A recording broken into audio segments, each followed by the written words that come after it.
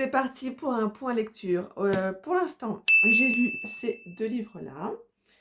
Donc, Le Café des Au revoir, qui est la suite j'ai oublié, de Tant que le café est encore chaud, celui que je n'ai pas lu, qui est le numéro 1. Le Café du temps retrouvé.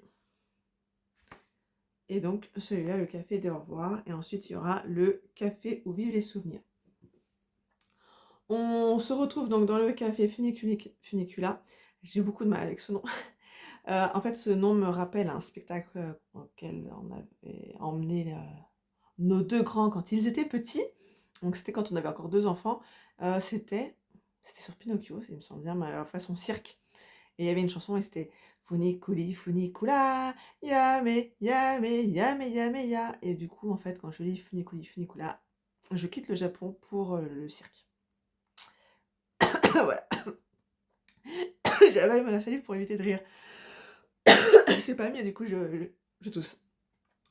Donc on va retrouver les protagonistes Nagare, ou Nagar, je sais pas pourquoi je dis Nagare, il n'y a pas d'accent. Et j'ai oublié leur nom. Aku Saku, je sais plus. Bref. Et différents protagonistes qui veulent donc voyager dans le temps pour retrouver leur famille, des choses comme ça. Là, on va avoir un type qui va retrouver sa femme qui est dans le coma pour lui parler avant qu'elle ait un accident en fait. On va retrouver Ikari parce qu'elle n'avait pas répondu à la demande de mariage de son petit ami, qui est disparu depuis. Michiko, qui est hantée par le souvenir de son père qu'elle a rejeté, et Sunao, qui pleure son chien adoré. Donc il y a toujours les... Pour chaque petite histoire, en fait, il y a le rappel des règles, il y a le rappel du café, etc. Je l'ai déjà dit pour le numéro 2, puisque je n'ai pas lu le 1. Ça peut se lire sans problème, sans avoir lu les autres, puisque les histoires sont vraiment indépendantes les unes des autres. Après, on a quand même un fil rouge avec les protagonistes qui sont là tout le temps, comme Nagare et je ne sais plus. Il y a juste un petit truc où, effectivement, dans un des livres, on découvre qu'elle est enceinte, là on n'a pas l'enfant, ou on a un enfant qui a 7 ans. Donc voilà, il y a des sauts dans le temps par rapport à ça. J'ai beaucoup aimé, en fait, ça se lit facilement, on n'est pas obligé de, comment dire, de s'identifier au personnage parce qu'il y a plusieurs histoires, donc il y en a forcément une qui va nous parler plus que ça. Moi j'ai bien aimé, je trouve que c'est des lectures qui se veulent légères, mais il y a toujours un petit truc derrière par rapport à pouvoir dire les choses avant qu'il se passe autre chose, le décès de quelqu'un, voilà. Et j'ai enchaîné avec Le Café où vivent les souvenirs, parce qu'en fait ce sont des livres de la bibliothèque, et que j'y vais demain, donc il ne me restera que 2 livres à lire. Mais clairement, ils seront pas finis. Mais bah, pas du tout, du tout, du tout. Surtout que je suis en train de lire un livre sur la Kobo, La vie qui reste, de Roberta, j'ai oublié. Donc j'en reparlerai plus tard puisque je l'avance assez bien. Que je lis en fait en commun avec le book club de Chris Laquies via Instagram. Le livre neuf est encore à 25 €. J'avais pas envie de dépenser 25 € pour un livre que potentiellement je pourrais ne pas aimer. Et je garde rarement les livres que j'ai, à part les classiques. Et encore, je me demande si je vais les garder. Bref, je devais parler de celui-là, mais du coup, on va enchaîner avec ce que je dis. Alors, c'est en fait, il vient de le créer, ce club de lecture. À la base, on avait 2 semaines pour lire le livre. Alors forcément, moi, je commence avec une semaine de retard, donc je pars mal déjà. Mais c'est surtout que j'espérais le trouver à la bibliothèque et que j'y suis pas allée en fait, donc je risquais pas de le trouver. J'aurais peut-être le réserver ou un truc comme ça, mais j'ai vu qu'il était sur la Kobo à 9,99 €. Je me suis dit, bon, bah ça va, 9,99 €, c'est pas trop cher, si j'aime pas, voilà. Il se trouve que pour l'instant, j'aime, j'en suis à 31% du livre. J'ai déjà pleuré plusieurs fois, mais on en reparlera, on verra si j'aime toujours autant. Voilà. Donc je reviens au café où vivent les souvenirs. Du coup, on quitte le Funicula pour le Donna Donna, qui est aussi un café où on peut boire un café pour aller dans le temps, soit remonter, soit aller dans le futur. Là, j'ai eu un petit peu plus de mal parce qu'il y a des noms qui se rapprochent. Il y a Yukari et il y avait Yukiko. Alors ça se ressemble pas, mais quand on lit, voilà, on a Saki, Kazu, ou Kazu, je sais pas. Ayashida, lui, ça va, mais tu avais Reiji, Reiko. J'ai eu un petit peu de mal à plus, discerner qui était qui. Mais j'y suis arrivée au bout d'un certain nombre de pages. Donc on est toujours sur le même principe. Le café, on boit un café, il faut revenir avant que le café ait refroidi. Pareil, un autre fantôme qui est sur son siège. Là, c'est un homme en haute forme, etc.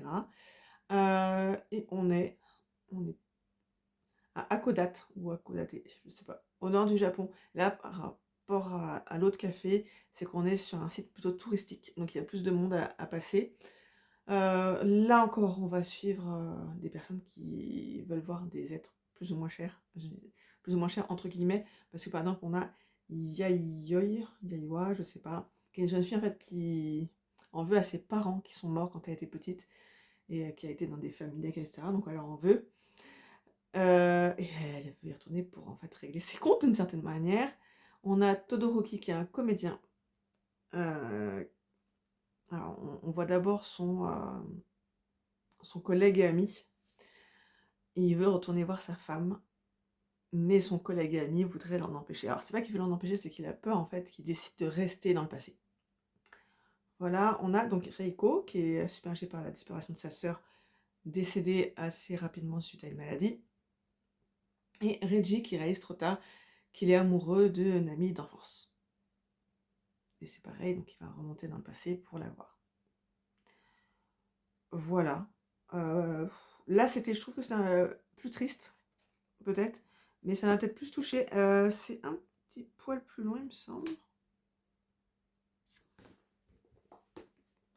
Ouais, c'est un petit poil plus long. Mais comme je dis, on peut vraiment les lire séparément. Et c'est ça qui est plutôt pas mal en fait. Parce que même si on retrouve les personnages tout au long des tomes, donc Kazu et Nagari, il y a toujours ce petit rappel en fait.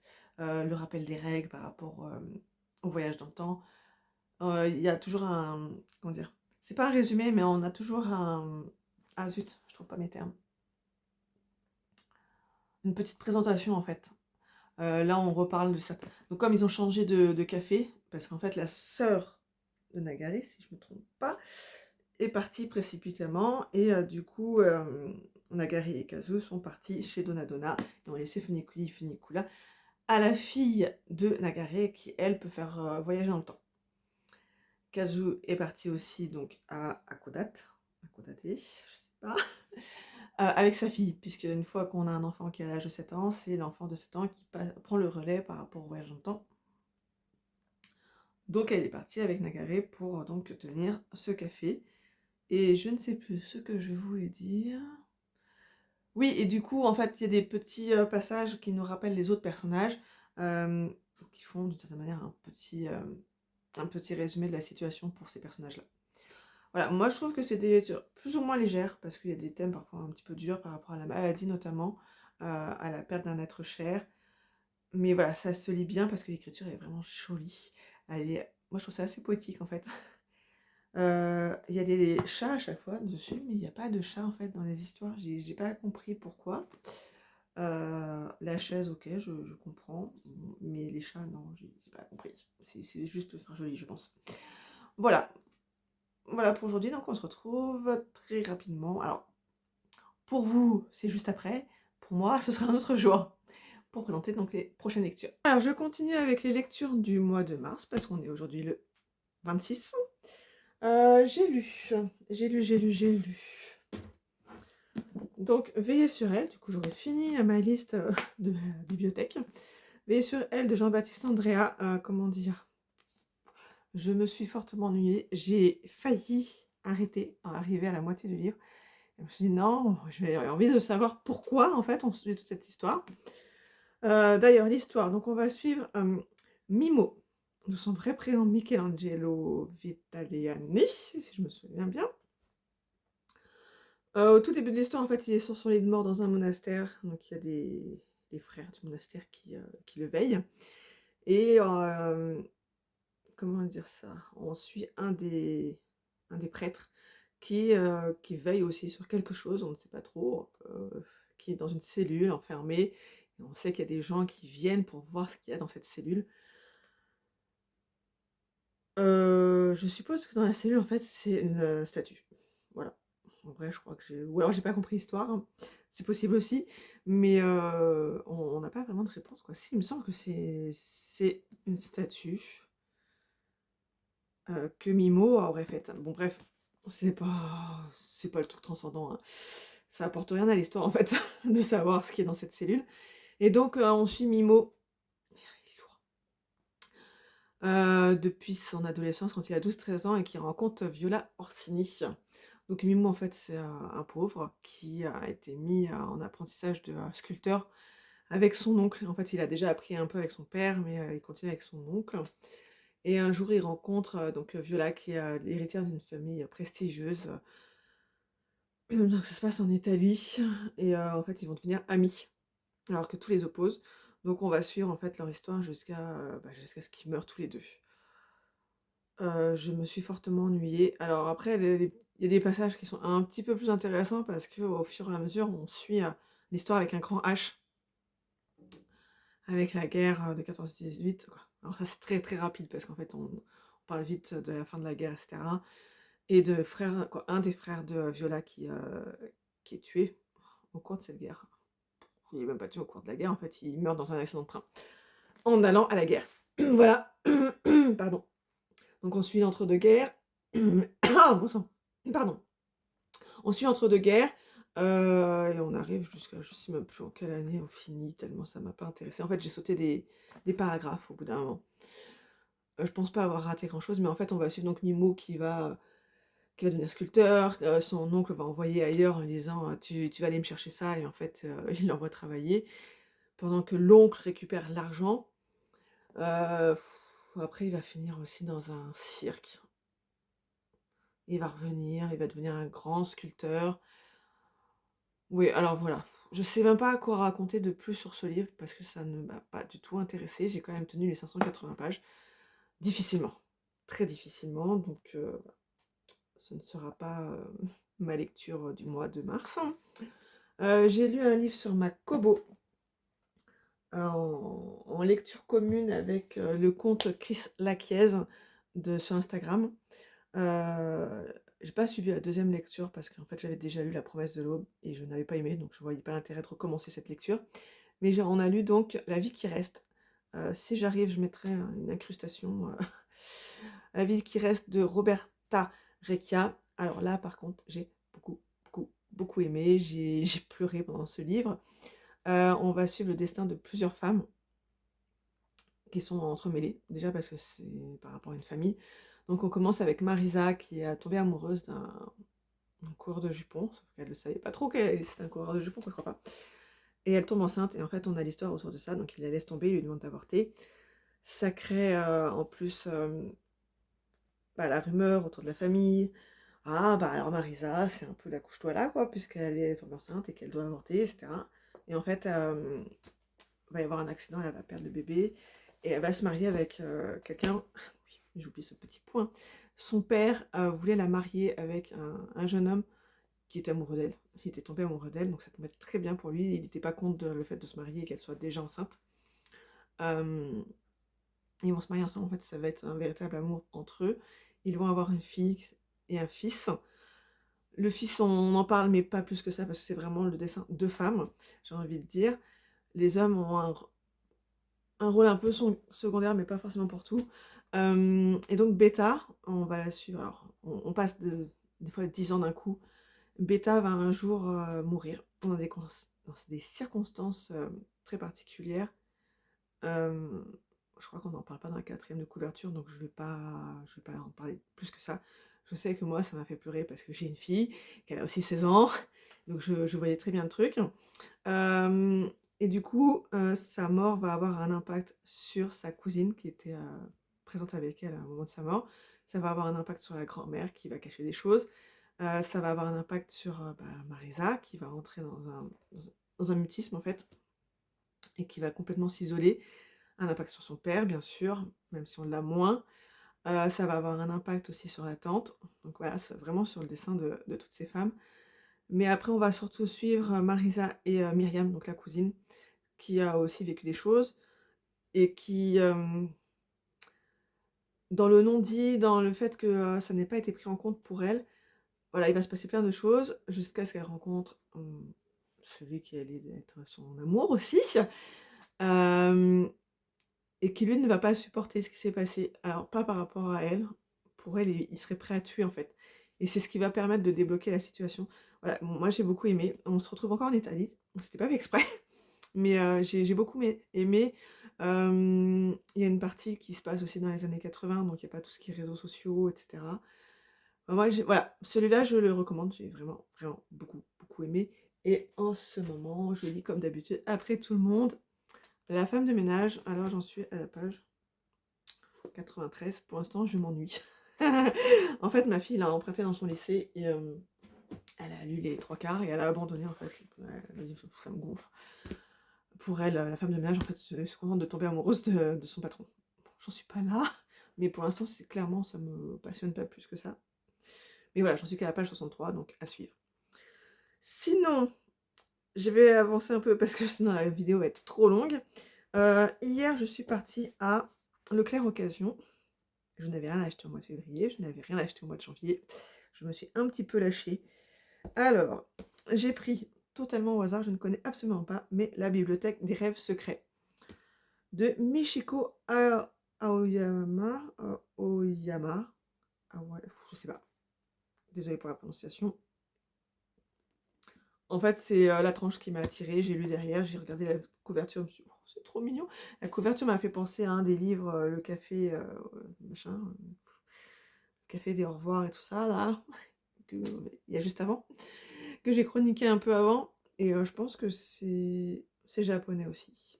Voilà, donc ça m'a attirée. Je ne l'ai payé que 2,99 €, donc j'ai envie de dire, ça va. J'ai aussi pris un livre dont j'ai beaucoup, beaucoup entendu parler, Les Vertueux de Yasmina Khadra, sachant que de Yasmina Khadra, j'avais lu L'Attentat, si je ne me trompe pas. J'avais bien aimé l'écriture. Pareil, 2,99 € pour un grand format, donc je trouve que c'est un bon rapport qualité-prix. Ils ont mis l'étiquette sur le code barre, donc je ne vois pas le prix neuf. Et celui-là, c'est pareil, donc comme ça, voilà. J'ai aussi pris, toujours à 2,99 €, je me suis pas ruinée, Julia Rampin, la chanteuse de bal. J'avais lu un livre de Julia Rampin. Je ne me souviens absolument pas duquel. Donc c'est juste pour voir grandir un peu. Voilà, c'était grandir un peu, que je n'avais pas spécialement aimé plus que ça. C'était sympa, ça se lisait très bien, il n'y a pas de souci, mais voilà. Vu la hype qu'il y avait autour, j'ai pas compris. Donc je me suis dit, on va lui donner une deuxième chance avec celui-là. Édition Charleston. Voilà, et en plus il y a un souci de Marilyn Monroe, et j'étais fan de Marilyn Monroe pendant très très très longtemps, donc voilà. Et enfin, je me suis pris nos Pavas, et nos Pavas de chez Pavas. En même temps, Lucinda Riley, je crois qu'elle ne sait pas écrire des petits livres. Donc, La Rose de Minuit, pareil, 2,99 €, il coûtait 23,90 € à l'origine. Il y avait exactement le même exemplaire, mais tout pareil, hein, je veux dire, en grand format, etc., qui était à 9,99 €, juste à côté. Je n'ai pas compris. Je n'ai pas compris, donc ben, j'ai pris le moins cher. Hein. Voilà. Sachant que j'ai déjà un Lucinda Riley à lire. La Chambre aux papillons.